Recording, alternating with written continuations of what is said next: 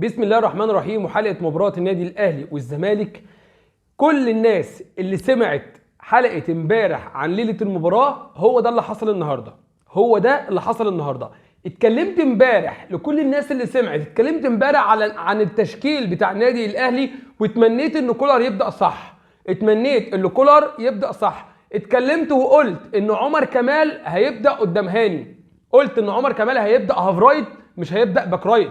طيب انا اللاعب كان كويس المباراه اللي فاتت كباك رايت، انا ليه اطلعه لقدام ويلعب في الجزء الامامي اصلا اللي هو بقى له فتره ما بيلعبش فيه؟ غير كده اخسر واحد في نص الملعب ليه؟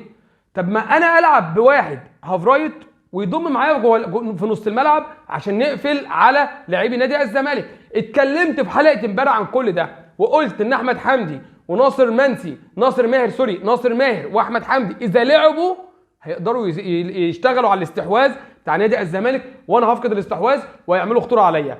الزمالك حرفيا خطفنا بهدفين، انا مستحوذ على المباراه، هو استحوذ في نص الشوط الاول، في النص الاخير في الشوط الاول هو استحوذ على المباراه، لكن انا استحوذت على المباراه كلها وهو قدر يخطفني بهدفين. هتكلم عن احداث المباراه النهارده، واتكلمت زي ما قلت لحضراتكم عن الحلقه امبارح، او قلت عن تشكيل النادي الاهلي، وقلت لو هنبدا صح هنكسب مرتاح. جوميز ما كسبش، جوميز كل اللي عمله ان هو قدر ينزل اللعيبه اللي هتقدر تجمع له كوره وتستحوذ له صح. انا نزلت بوست على الفيس وشوف البوست انا قلت فيه ايه، واتكلمت قلت لو هلعب على جبهه فتوح او هلعب على الجبهات انا اللي هتفوق، لان جوميز طلع انصح من كولر، فضلوا الجبهات لان كولر كان نازل يقفل الجبهات على مصطفى شلبي وعلى زيزو، لعب من قلب الملعب. جوميز لما لعب من قلب الملعب انا ما عرفتش احرك اللعيبه بتاعتي. هتكلم عن احداث المباراه، وبرده موضوع دفاع النادي الاهلي بقى عك. ربيعه ومحمد عبد المنعم تحسهم بيتحايلوا على بعض، تحسهم ان هم قرفانين من الكوره. اتكلمت برده وقلت امبارح عن رامي ربيعه، قلت بالحرف الواحد رامي ربيعه بيلعب اول مباراه بعد لما بيرجع من عن دكه الاحتياطي، لما بيرجع بيكون كويس، تاني مباراه بيكون كويس، تالت مباراه بيكون كويس، رابع مباراه خاف منه، خامس مباراه خاف منه، سادس مباراه خاف منه. انا قلت لحضراتكم كده، اتكلمت لكل الناس اللي ما سمعتش الحلقه هسيبها لكم في الوصف، شوفوا الحلقه بتاعت امبارح، اتكلمت في كل الكلام ده. قلت لك رامي ربيعه اول مباراه بعد رجوع من دكه الاحتياطي بص ما تخافش منه، هيكون نجم المباراه، وده اللي حصل. تاني مباراه نفس الحوار، تالت مباراه نفس الحوار، رابع مباراه قلت لك خاف منه، رابع مباراه وخامس مباراه وسادس مباراه. الاثنين قرفانين من بعض. كوره زيزو دي اللي اتصاب فيها، في مدافع في الدنيا كلها، مدافع دولي يستنى الكوره جايه له لما شبير يلعبها له بالعقل كده. وعمر كمال ومحمد هاني الاثنين احنا كده مفتقدين لاعب. احنا الشوط الاول حرفيا كنا بنلعب ضد الزمالك ناقصين 3 لعيبه او 4 لعيبه، لان عمر كمال ومحمد هاني، شفت انت البلاي ستيشن، لكل الناس اللي لعبت بلاي ستيشن واغلبيتنا لعبنا طبعا، عمر كمال بيتحركوا كده ورا بعض، محمد هاني وعمر كمال بيتحركوا كده ورا بعض. مفيش في الدنيا كلها اتنين بيلغوا بعض كده. لا العب بواحد من تحت ويكمل معايا وابدا بعبد القادر وابدا برضا سليم او ابدا ايا كان، ومحدش يقول لي اصل راجع من اصابه والاصابه مش هيقدر يكمل المباراه، لا ابدا بيه صح، ولو ما قدرش يكمل المباراه انزل غيره، ابقى راكب المباراه وبعد كده ابدا بغيره، ابقى راكب المباراه وبعد كده اخرجه وابدا بغيره. مفيش حاجه اسمها لا اصل هو راجع من اصابه والاصابه ما يقدرش يلعب واللعب ما اعرفش، لا انا العب الشوط الاول واتقدم باهداف وبعد كده اركب المباراه، وبعد ما اركب المباراه انزل بقى اي لاعب بقى ياخد الثقه. ما بحبش انا جو ان اصل اللاعب بره ومش اللاعب بره وبقى له فتره مش راجع. مفيش الكلام ده كله، ما دام بقى له فتره مش راجع وبقى له فتره مش قادر، خلاص بقى خليه بره. النادي الاهلي النهارده لعب بشبير في حراسه المرمى، محمد عبد المنعم ورامي ربيعه 2 مساكين، محمد هاني باك رايت، باك ليفت علي معلول، 3 في نص الملعب ندفيد وكوكا وقفشه، وعلى اليمين عمر كمال، وعلى الشمال طاهر محمد طاهر، وراس حربه صريح موديست. مبدئيا كده انا في الشوط الاول كنت خسران عمر كمال لانه ما كانش بيضم جوه الملعب، وكنت خسران طاهر لان برضه طاهر ما كانش بيضم جوه الملعب، فالزمالك عامل زياده عدديه عليا في نص الملعب. وموديست طبعا ما كانش بيحاول على اي حاجه، موديست ما كانش بيحاول على اي كوره. نفسيا انا اعلى من الزمالك، لكن وبدنيا انا اعلى من الزمالك، يعني نفسيا وبدنيا انا اعلى من الزمالك، لكن مهاريا في نص الملعب الزمالك اعلى. الزمالك كان بيلعب على ايه؟ النهارده جوميز كان بيلعب على حاجتين اتنين اللي هما احمد حمدي يستحوذ، عبد الله السعيد يستحوذ، ناصر منسي يعمل الشغل بتاعه ويعمل حلقه الوصل ما بين الدفاع ونص الملعب والهجوم. ايه بقى اللي كان بيعمله؟ ان سيف الجزيري كان بيتحرك قطري خلف المدافعين. سيف الجزيري ان انا العب باثنين مساكين، ان انا العب باثنين مساكين كده، دول الاثنين مساكين بتوع النادي الاهلي، دول الاثنين المساكين بتوع النادي الاهلي، وسيف الجزيري سين ما اهو. طبيعي لما لاعب من الزمالك يبقى جاي ويحطها من هنا وسيف الجزيري يتحرك قطر كده، يتحرك قطر كده، اكيد مش هيقع في الاوفسايد، اكيد مش هيقع في الاوفسايد. اتعملت الشوط الاول 3 مرات، اتعملت الشوط الاول حرفيا 3 مرات، ووقعنا في ال3 مرات، وقعنا في 3 مرات. فانا ليه العب على خط واحد؟ ليه العب على خط واحد؟ فكنت مفتقد موديست، وكنت مفتقد طاهر عشان ما كانش بيضم جوه الملعب، وكنت مفتقد عمر كمال لان عمر كمال مش لاقي نفسه من محمد هاني. عمر كمان هيلاقي نفسه وهو طالع من تحت وهو جاي من تحت. انا عارف تفكير مارسيل كولر ان هو كان بيبدا بعمر كمال قدام، قال مباراه زد ان عمر كمال اخذ نجم المباراه، وبعد ما اخذ نجم المباراه وعمل اوفرات وهو جاي من تحت كباك رايت، لما يلعب في الخط الامامي لا هيعمل له اوفرات اكتر. لكن للاسف لا، في لعيبه حسام البدري زمان قال ان في لعيبه بتاعت الماتشات دي بسيبها للماتشات دي. طب انا ابدا صح، انا ابدا صح. طبعا وارد نخسر، لكن زعلان من الخساره، يعني زعلان من الخساره وزعلان من اللي حصل، يعني وارد نخسر وزعلان من اللي حصل، لكن انا ابدا صح وبعد كده اخلي كل حاجه على الله. يعني ابدا صح واخلي كل حاجه على الله، ما اخرفش وبعد كده ابدا اظبط في التشكيل. رامي ربيعه منتظر رأسية شوبير اللي انا اتكلمت فيها دلوقتي، اللي اتصاب فيها زيزو، منتظر رأسية شوبير. وليه اصلا العب على خط واحد؟ يعني دي اول كوره اهي، ليه العب على خط واحد؟ الكوره اتعملت من عبد الله السعيد لسيف الجزيري، مصطفى شبير اشتغل ليبرو ورا الاثنين المساكين، طلع لعبها براسه. رامي ربيعه مستني الكوره جايه له مستنيها، واحمد سيد زيزو السبرنت بتاعه عالي. انا استنى الكوره ليه؟ يعني انا استنى الكوره ليه؟ اتقطعت من زيزو لولا ان رامي ربيعه لحقها، ولولا ان ابراهيم نور الدين ربنا كرمه وما حسبش فيها حاجه فلحقها رامي ربيعه. طبعا اتصاب زيزو وطلع.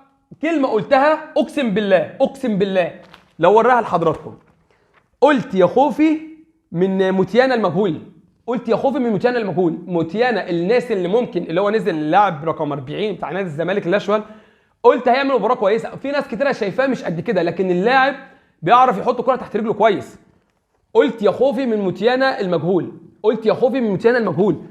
يعني الحمد لله اتكلمت. يعني معلش لما انت تشوف لاعب، لما انا اكون عندي ثقه كبيره ان انا نازل افوز وانا حاطط رجلي على رجل، لا انت ابدا صح وبعد كده اتكلم في موضوع الفوز من الخساره. الدقيقه 24 عرضيه معلول، موديست بيتفرج عليها. الدقيقه 24 معلول عمل عرضيه وموديست واقف بيتفرج عليها. موديست الكاميرا جت عليه من ظهره، الكوره جايه بيعمل الكوره كده. طب ما اروح للكوره اخد خطوه. وسام ابو علي لعب شوط تاني، اللاعب ده يكون راس حربة النادي الاهلي لسنين كتيره قدام. وسام ابو علي لاعب مهاجم تقيل قوي، مهاجم تقيل، يعرف يلمس، بيعرف يعمل كل حاجه في اساسيات المهاجم، بيعرف يرقص بيمينه ويشوط بشماله، بيعرف يرقص بشماله ويشوط بيمينه. هنيجي لوسام ابو علي دلوقتي، مش عايزين نسيب كل ده ونتكلم على وسام ابو علي. طبعا مفيش حد طبعا.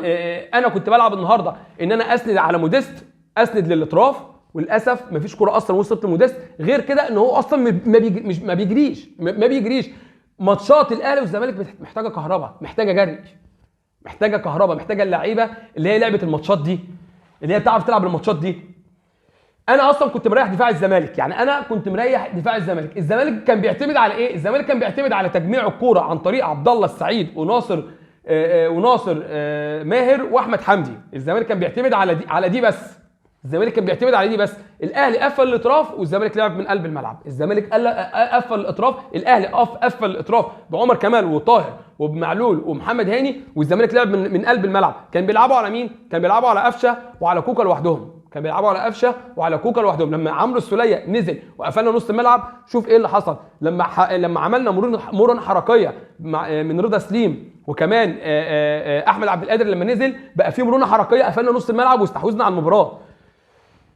ضربه حره مباشره في الدقيقه 37 طبعا ما فيهاش حاجه، لاعب بيقع على الارض، الكره بتاعت موتيانا ده اللي هو رقم 40 اللي كوكا عمل فاول معاه، ما كانش فيه اي حاجه. طبعا قلت لك ان احنا بنلعب على خط واحد، 3 مرات عملوها فينا، عرفوا يسحبوا لاعبوا النادي الاهلي. للاسف خط ظهر الاهلي سهل الضرب، لان راس الحربه بيعرف يختار المكان الصح، وهم اصلا واقفين على خط واحد، وسهل اللاعب يجري كتري والكره تتلعب من خلف المدافعين، وهو ده اللي كان بيحصل النهارده. الشوط الثاني نزول السوليه مكان كريم نيدفيد. طبعا انا ما اتكلمتش في الجون اللي انا بتكلم فيه دلوقتي، ان سيف الجزيري خلى الاثنين لعيبه واقفين كده واتحرك كده واتلعبت من ورا محمد عبد المنعم، لان محمد عبد المنعم للاسف مش عايز اقول كلمه بيتعالى على الكوره او عايز يمشي او عايز ايه، احنا مش فاهمين، محدش فينا فاهم حاجه. الكوره اتلعبت من ورا محمد عبد المنعم اصلا. عيد الكاميرا اللي من خلف المرمى هتلاقي محمد عبد المنعم واقف بيتفرج بعد ما شوبير ما صدها ورامي ربيعه كمل، ومحمد عبد المنعم واقف بيتفرج ومش عارف ايه ده. لو محمد عبد المنعم عايز يمشي الاهلي يمشيه ويجيب مدافع تاني غيره، لو عايز يمشي وعايز يحترف يمشيه ويجيب مدافع تاني غيره.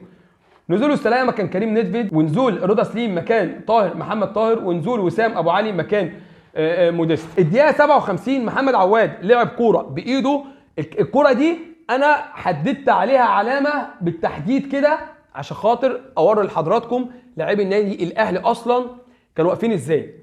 الدقيقه 57 محمد عواد لعب كوره بايده في نص الملعب، عبد الله السعيد استلمها وريحها لنفسه وجري بيها لحد فين؟ جري بيها لحد ال 18 بتاعتنا ومفيش حد بيقابله. فين مروان عطيه؟ عبد الله السعيد ظهر عشان خاطر مروان عطيه مش موجود. عبد الله السعيد قدر يستحوذ عشان مروان عطيه ما كانش موجود.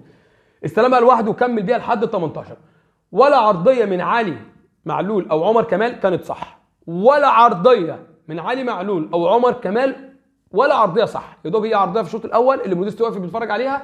وطبعا للاسف ان مارسيل كولر طالب من لاعبي النادي الاهلي وباكات النادي الاهلي يلعبوا عرضيات شب على موديست. شب ازاي يا عم حماده؟ هقول لك شب ازاي.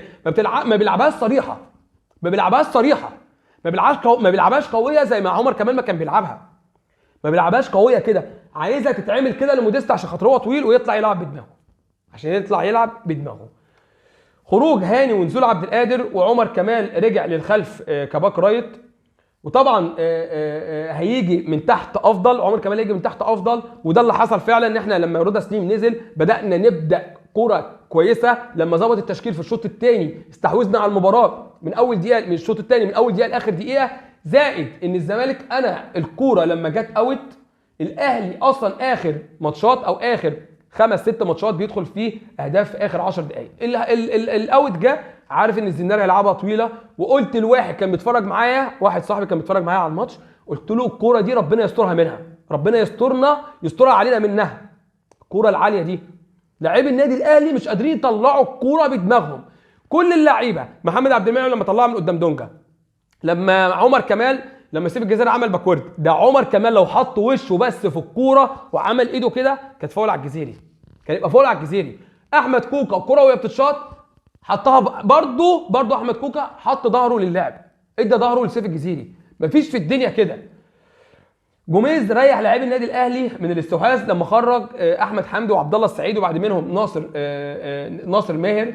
طبعا عبد القادر نزل عمل جبهه كويسه جدا مع معلول وقدر يحرز هدف النادي الاهلي. طبعا ملعوب دفاع النادي الاهلي بيعك، عنده عك غير طبيعي. دفاع النادي الاهلي طول المباراه عنده عك غير طبيعي. بنبدا كويسين، بنبدا استحواذ من تحت، بنبدا نسلم ونستلم كره من تحت، ولاعيبه الزمالك سايبين لنا كده العبوا زي ما انتم عايزين. النادي الزمالك النهارده لعب 4-3-3، لعب 4-3-3. في حاله الهجمه ليهم كان بيلعب 4-1-4-1. في حاله الهجمه ليهم كان بيلعبوا 4-1-4-1.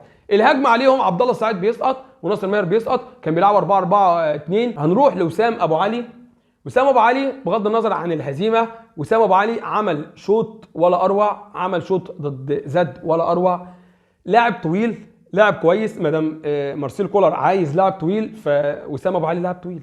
ابدا بيه الماتش.